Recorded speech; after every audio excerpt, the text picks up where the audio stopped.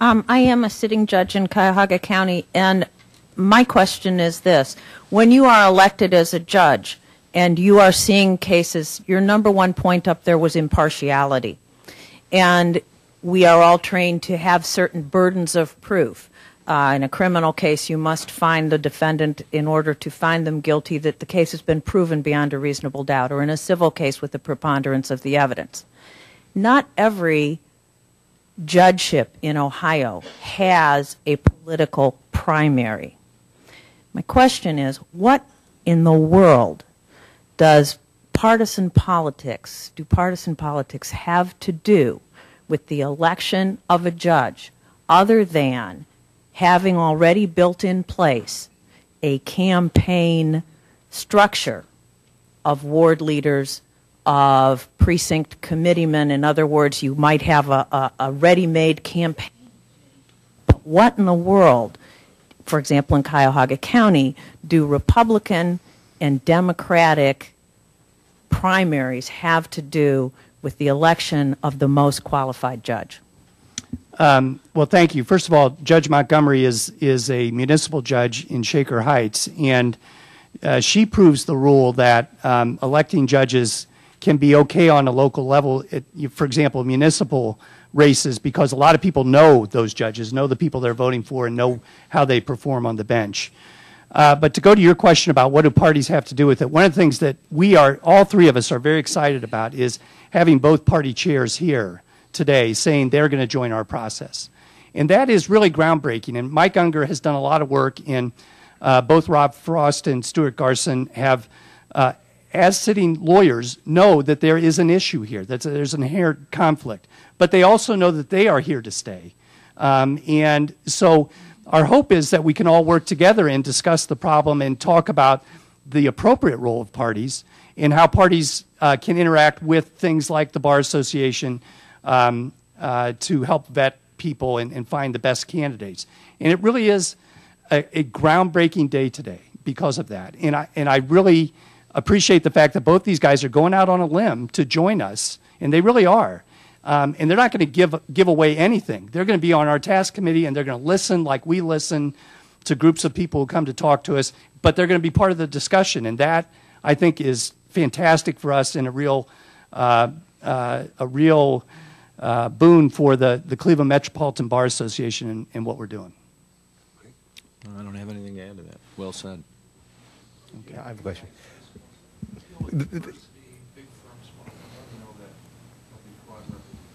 Yeah, the question that, and before we get to you, Dean, the question from Mr. Garson is this: deal with diversity and how our committees are diverse. For example, this task force, we have Karen Kaminsky, who has the first major Ohio women's law firm, Russell Ty, African-American and former president of the Norman S. Minor Bar Association. And we have diversity gender-wise. We have race diversity. And that also goes over into Judge for Yourself. Judge for Yourself was built under one premise. That is that we're going to bring in a lot of diverse people. The Norman S. Minor Bar Association, the African American Bar Association, is one of the best in the country.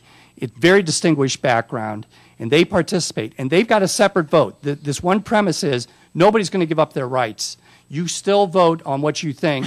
And if you go to the website, you'll see that their voice is right next to everybody else's voice in that coalition. They're not just melded together so that you can see the diverse opinion. And sometimes there is diverse opinion. Most of the times, if you have a really good judge, everybody agrees. If you have a really bad candidate, everybody agrees. And in the middle, you have some diversity. But it's critical to us to have that diversity. And I know it's critical to you in joining this group to make sure that there is that diversity. Can I also talk? I'm sorry, sure. Just real quickly. Mm-hmm. How diverse do you want us? He's a Democrat. I'm a Republican. We're pretty diverse. And I don't mean that as facetiously as it sounds. We went to great lengths, including Mike in the process, to select what we thought would represent big firms, small firms, setting aside judgeforyourself.com, which is, maybe you figured out Mr. Romanov had something to do with. that is something we're going to look at too. I mean, nothing is off the table. We do have big firms. We have single practitioners. We have male and female, different parties. And I think we are diverse enough, especially now that we have the head of the Republican Party and the head of the Democratic Party. Thank heavens, both are lawyers. I think that we have a tremendous opportunity. What will occur? I guess we'll find out. This is the beginning, as we've discussed, Stuart. This is the beginning of a marathon, not a sprint towards the finish line. We're thrilled that you and Rob are going to be part of the process. We're going to be careful, we're going to be thoughtful, and we're going to listen. And diversity has been the name of the game from the get-go, whether it was big firm, small firm, prosecution, defense, female, African American, other minority. We paid attention to all of those. We pay attention very closely to those issues at the Bar Association level. We pay very close attention to that when constituting the Judicial Selection Committee, which is one of the constituent members of the Judge for Yourself initiative. And you heard about the other bar associations that participate, and I can swear to you I paid very close attention to that when putting together this committee, because my hope, and I'm so happy to be able to announce it today, my hope was that at some point we would interest the local parties enough that they would become involved, and we're thrilled that you are.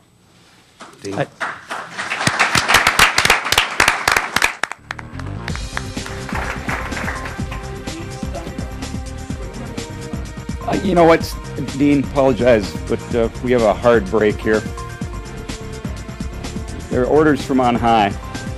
You can have a sidebar afterwards. Today at the City Club of Cleveland, we've been listening to a panel discussion on the Task Force for Judicial Excellence, featuring Judge Timothy McMonigle, Jim Robenalt, and Michael Ungar. Thank you, panelists. Thank you, ladies and gentlemen. This forum is now adjourned.